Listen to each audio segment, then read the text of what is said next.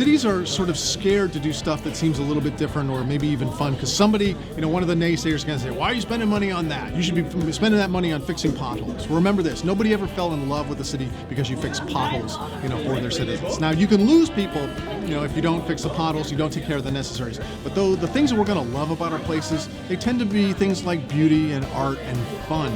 And I think we have to recognize that and say, if we want our citizens to really love a place, then we have to step up and do something above and beyond what is merely functional and what is merely safe. Most of our citizens don't necessarily know to ask for things like beauty and art and great design. But once they've had it, once they've experienced, they go, wow, look at this. I never knew. It's like, how did I ever live without this? So let's not only listen to what they're asking for, fix the potholes, but into it, it's like, you know what? We know at heart citizens want something more. So as we're building this better city, we have to meet some minimum threshold requirements down here. We have to be functional and we have to be safe, right? Now that is the sort of the minimum threshold to be a working city. But a few years ago when budgets everywhere got really, really tight, people said, oh, you know what, money's tight. Let's make it functional, let's make it safe. We paint it battleship gray, knock it out the door, that's good enough. No, I don't think so. I don't think even the most fiscally conservative tax hawks amongst us want to live in a merely functional, safe, and battleship gray community. So what could we aspire to? What should we be aspiring to in our places? Well, how about comfort? Why can't the city be comfortable? How about conviviality in the sense that our city actually helps facilitate bringing us together and connecting us with our fellow citizens? Why isn't the city interesting? And maybe even more appropriately, why isn't the city fun? Where's the fun is a perfectly legitimate question that we should be asking a whole heck of a lot more as we think about city building.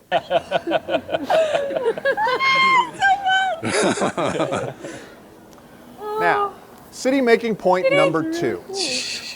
You want people to make that face in your city. When people make that face in your city, good things are going to happen in your city. Not only are we going to go back and tell folks, hey, we had a great time in Anchorage, Alaska. We're going to put up some positive stuff, fun stuff on YouTube and Facebook and Twitter and Instagram. We're going to write positive Yelp reviews. We're going to be in a good mood, and we're probably going to spend some money. People don't make that face in your city when you fix potholes for them. No, they make that face in your city when you surprise and delight them. Surprise and delight, like fun, don't have to cost a whole lot of money, but they do need to be seen as legitimate objectives in the work that we do. And think about that. When was the last time you initiated a project with the goal of surprising and delighting either your audience, your customers, or your fellow citizens? Probably never. But that's a good day to go to work. Today I shall surprise and delight the citizens of East Lansing. That would be a fun day to go to work, right? Yeah? And again, doesn't have to cost a whole lot of money. Because you know what she's sitting in? Frozen water. Frozen water, some creativity, some imagination, and thinking about the problem in a different way.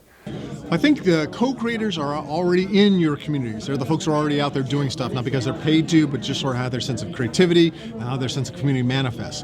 Now, I hope what happens is that other people will actually sort of see what's happening with their friends and their neighbors who are making things happen. They go, you know what, that looks kind of fun. I could do that, or I could do even better than that.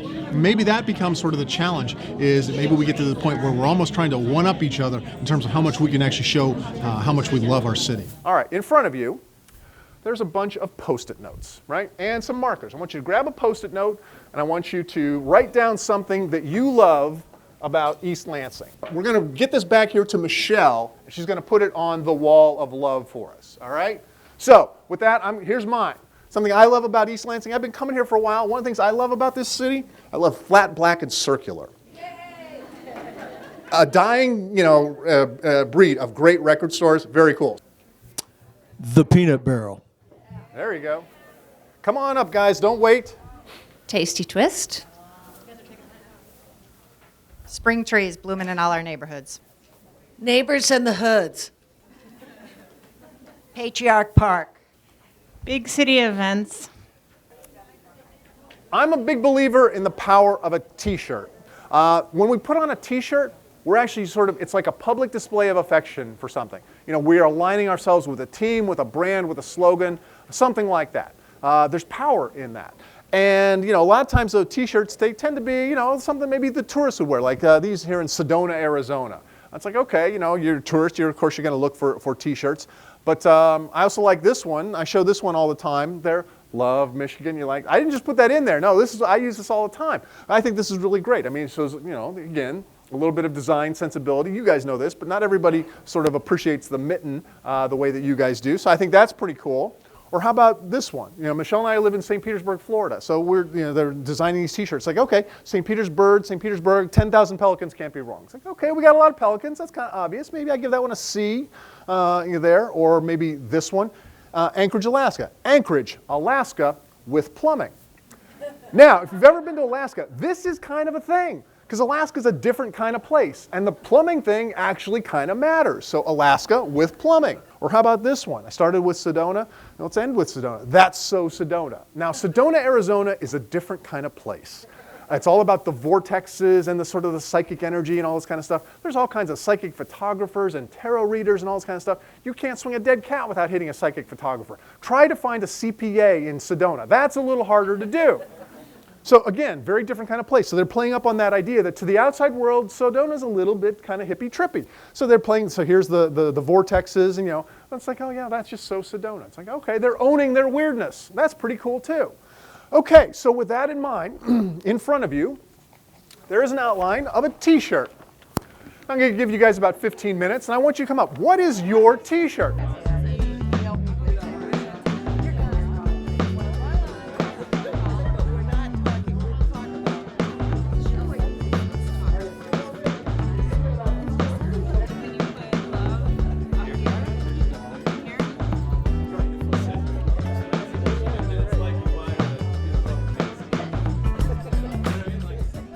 Well, we had a big discussion of what we wanted to do, but this is what our T-shirt says. So it's a picture of the state of Michigan. We do have the UP showing on there as well.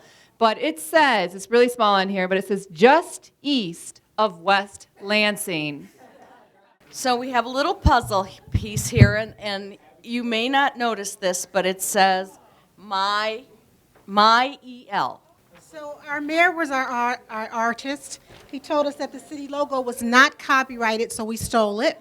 But it's Enjoy East Lansing, and the moniker is a river runs through it. East Lansing was originally called Collegeville, USA.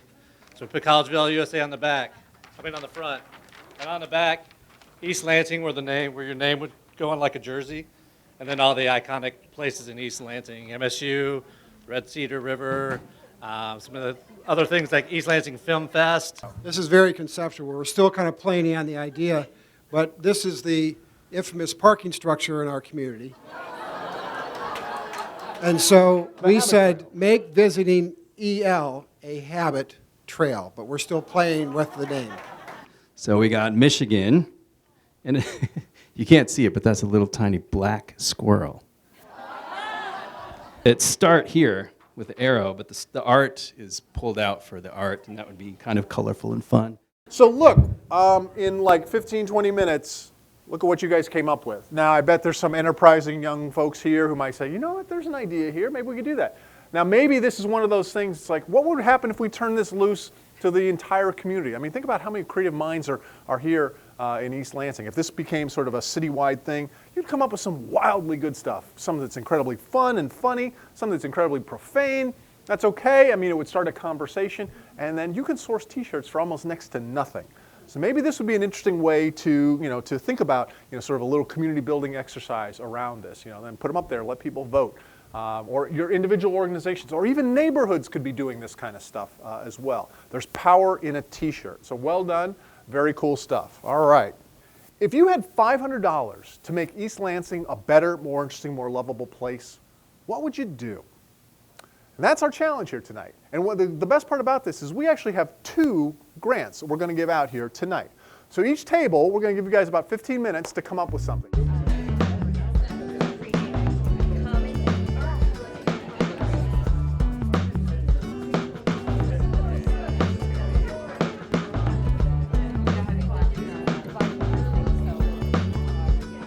Come on up.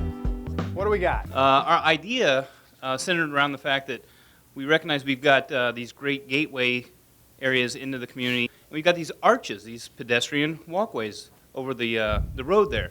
And we came up with the idea of somehow lighting them, whether it's with solar lights to shine color on them, or connect them with rope lighting or something, so that we're building visibility both at Saginaw and the area around Abbott and then down by Harrison. So we came up with East Lansing Festival of Kites, taking East Lansing to new heights.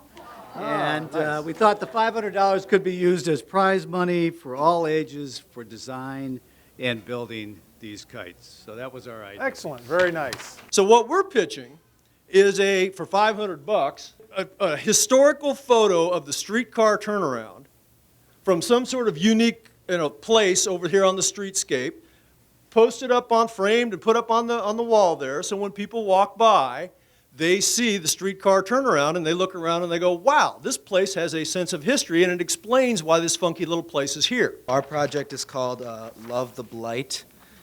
And building off of what other people said about the old abandoned buildings, we were thinking that we would get water balloons and paint and a sort of a slingshot, and then we'd fill the water balloons with paint and launch them at the building, and sort of everyone would participate in the entire community, and then by the end of the day, the entire building is just a blob Splatter of art, paint. yeah. Jackson before Pollock it gets kind of destroyed. thing. Yeah. When people love something, they go above and beyond for it. They forgive shortcomings, and they'll fight for it. Well, of course you want more people who are willing to fight for East Lansing, to do something, above and beyond ordinary levels of citizenship, and step up and maybe do the hard thing, do the fun thing, do the cool thing, do the unexpected thing. There. So we add that stuff, to the sort of bottom-up stuff that's happening with good top-down stuff that you folks at the city are actually doing, and then it meets in the middle, and all of a sudden now, it's, hey, there's something going on here. This is a place I want to be. It's the kind of city, that grabs us by the heart and refuses to let us go. That's a winning combination.